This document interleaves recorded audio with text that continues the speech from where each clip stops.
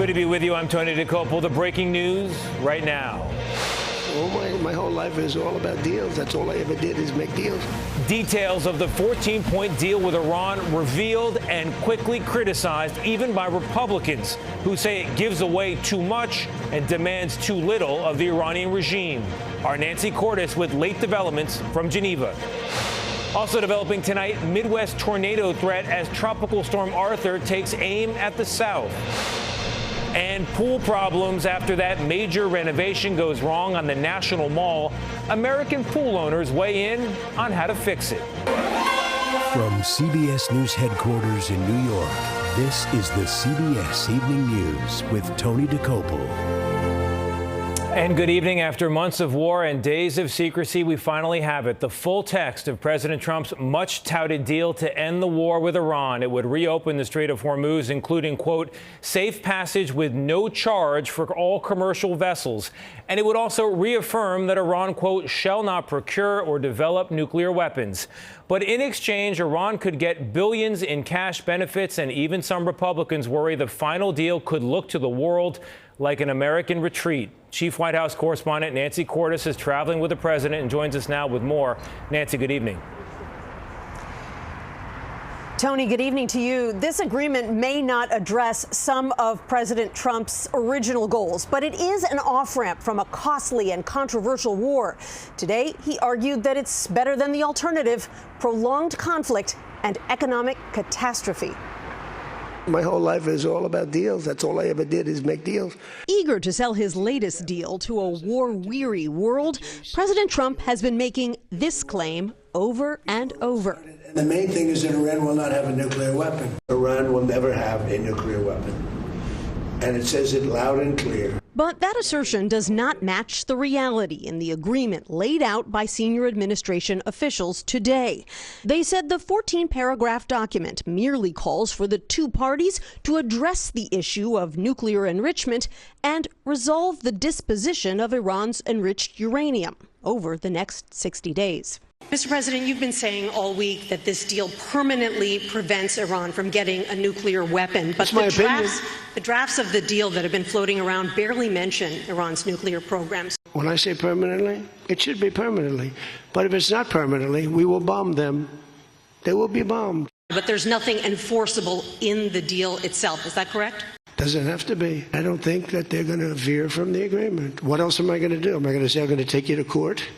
Let me take you to court. Let me sue you. The agreement gives Iran a windfall up front, temporarily waiving sanctions on Iran's oil exports and establishing a $300 billion fund for reconstruction.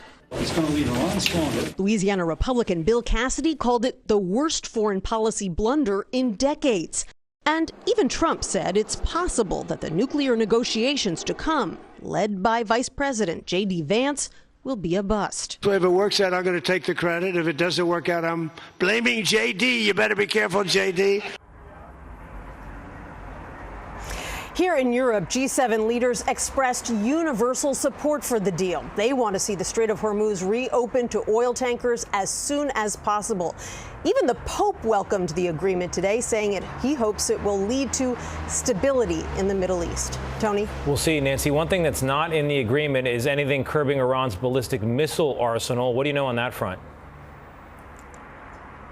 Right, and that was one of Trump's original goals. He talked about it a lot, but he was asked about ballistic missiles today, and he said he now believes that it would be unfair to rid Iran of its ballistic missiles when so many of its neighbors have them. He also added something interesting, Tony. He said that missiles, in his view, aren't a big problem because they only damage a small area and they don't destroy the entire world.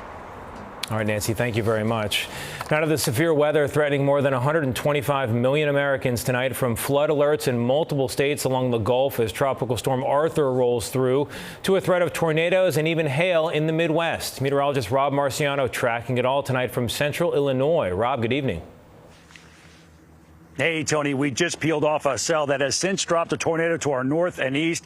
And right behind that one, we've got another ominous looking cell. And these are moving 50, 60 miles an hour, making them even more dangerous. So let's get to it. We'll deal with Arthur in just a minute, but I want to address the watches and the severe weather department from eastern Kansas all the way through Missouri, much of Illinois and Indiana under tornado watch till at least 10 o'clock, in some cases 1 a.m. For these dangerous tornadoes. And this is unique for June. This is unusual to have such a strong jet stream just screaming across the country. Then you've got the summertime tropical moisture coming in, summertime sunshine, and then some cold air coming in. So, and winds coming at different direction at different levels, creating that spin. So what that equates to is really the high probability of seeing not just tornadoes, but intense tornadoes of EF2 strength or higher on the ground for a long time, and also damaging winds at 75 miles per hour or higher, and of course, big time hail. Now, tomorrow, when this thing moves to the east, we do lose some of those twist dynamics, but I think we'll still see much in the way of damaging winds from Charleston, West Virginia to Roanoke, Richmond, up the I-95 corridor again, much like what we saw last week. And of course, here's Arthur. It will come ashore as a very weak tropical storm, but the rain is going to be the big situation with this, and not a negative chance of seeing a tornado. You could see some spin-ups there, and certainly the flood watch is in effect right on through parts of Georgia, with an additional 4 to 8 inches plus of rainfall coming there. So we have that situation, and of course, what's happening here in the Midwest for the second week in a row, severe thunderstorms in this spot. All right, Rob, thank you very much. Today, a judge revealed Luigi Mangione plans to use a psychiatric defense at his state murder trial for the killing of United Healthcare CEO Brian Thompson. That claim of extreme emotional disturbance would amount to Mangione admitting he killed the 50-year-old father of 2. And if it convinced a jury, the execution-style shooting would be considered manslaughter, a lesser charge than murder. A more detailed explanation of the defense is due tomorrow, the judge said. And in a courtroom on Long Island, New York, Rex Heuermann received 3 life sentences today for choking and dismembering 8 women, most of them in his basement, over the course of more than 15 years. The 62-year-old serial killer addressed the court before he was sent away. Our Tom Hansen has details. In a packed courtroom, Rex Heuermann, the architect turned notorious serial killer, listened as his victims' families called him a monster and evil. Then Heuermann himself addressed the court. There are no words I can say. I am responsible for what was said in this room today. Just before sentencing him to multiple life sentences, Judge Timothy Mazie berated him. You've been described as a very big man, but you're a disgusting and despicable small man, if you're a man at all. And you're a coward. In April, Heuermann pleaded guilty to strangling and dismembering 7 women as far back as 1993 and admitted to killing an 8th. Police began finding remains near Gilgo Beach on Long Island in 2010 and finally identified and arrested Heuermann in 2023. Today, family members said justice was finally served. This has been a long day coming, and from this day forward, stop saying his name, stop putting his face everywhere. Put the girl's face, put their names, and make it known that we are the ones who live on for them. And Tony, as a condition of his sentencing, Heuermann agreed to cooperate with the FBI's Behavioral Analysis Unit, which works to better understand the psychology behind serial killers. Tony. Tom, thank you very much. In other news today, we learned the names of the 8 killed when a B-52 bomber crashed Monday, moments after takeoff from Edwards Air Force Base in Southern California.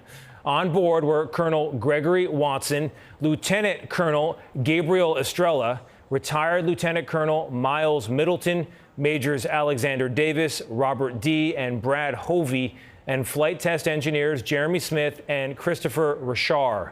Dedicated professionals, beloved family members, and irreplaceable teammates is how they were described by a base commander. The crash is under investigation. And a record crowd is expected to turn out in Lower Manhattan tomorrow for the New York Knicks' long-awaited championship parade. The NYPD will be there, too, treating it as a high-security event. Here's Lilia Luciano.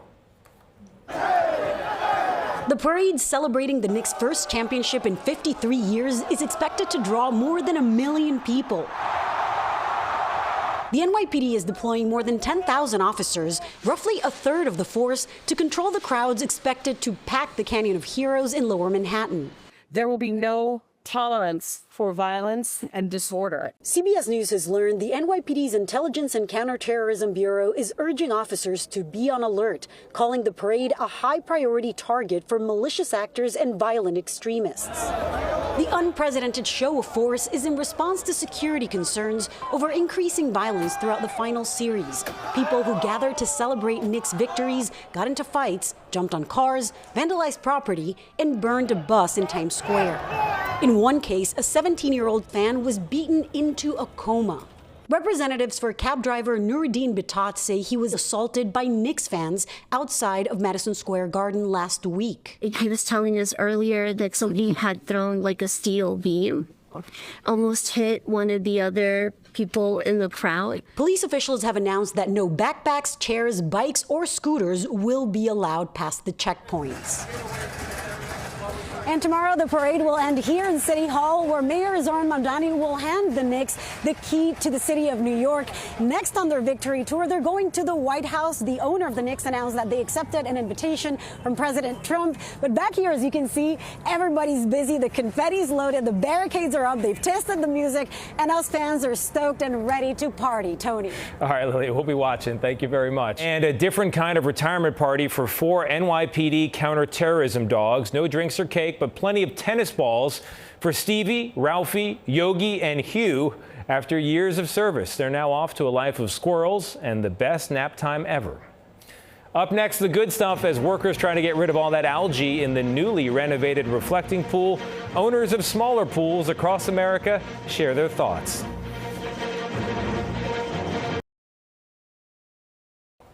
We're back with the good stuff. Our great national home improvement project gone wrong. The reflecting pool in Washington, D.C. got a big overhaul recently. Like anyone with a pool, the White House wanted it ready for summer. Workers drained it, cleaned it, painted it American flag blue, as you do. And the result was gleaming, as the New York Times put it. That is until an algae bloom turned it all green again, and not for the first time. After a different multi-million-dollar renovation back in 2012, the algae bounced back and the pool got drained again. Same thing in 2019 after the Park Service reported a noticeable green tint. So can anything be done to fix it? The pool owners of America have thoughts. I knew they were trying to make it blue.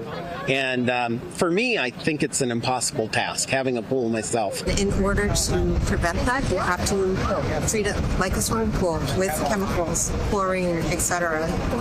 And that's not what this pool was designed for. But the Park Service is trying. They've been skimming algae, then pouring in gallons of chemicals, and finally using, quote, state-of-the-art ozone nano bubbler technology, which is supposed to kill the algae. But anyone who's ever gotten to the nano bubbler stage of a project might want to call it quits. I'd ask for my money back because, I mean, if it was supposed to look blue, it's pretty green right now. So I don't know. I'd ask for a refund or something. Either way, the reflecting pool is reflecting a great American truth. Some home improvement projects are never really done. That's another day in America. I'm Tony DeCopel. We'll see you right back here tomorrow. Thank you for watching. Good night.